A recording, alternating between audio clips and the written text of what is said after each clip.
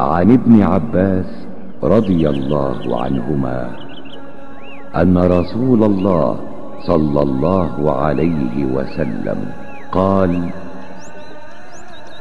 لو يعطى الناس بدعواهم لادعى رجال أموال قوم ودماءهم، لكن البينة على المدعي واليمين على من أنكر.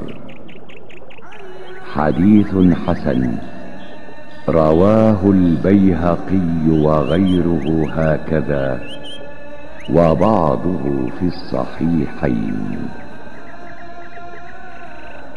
Od Ibn Abasa radijallahu anhu prenosi se da je Allahov poslanik sallallahu alejhi ve sellem rekao: kada bi se ljudima dalo ono što traže, bilo bi ih koji bi tražili imetak i živote drugih.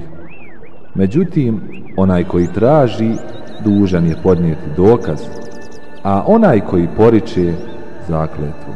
Ovaj hadis je hasan, a prenose ga Bejheki i drugi u svojim zbirkama hadisa.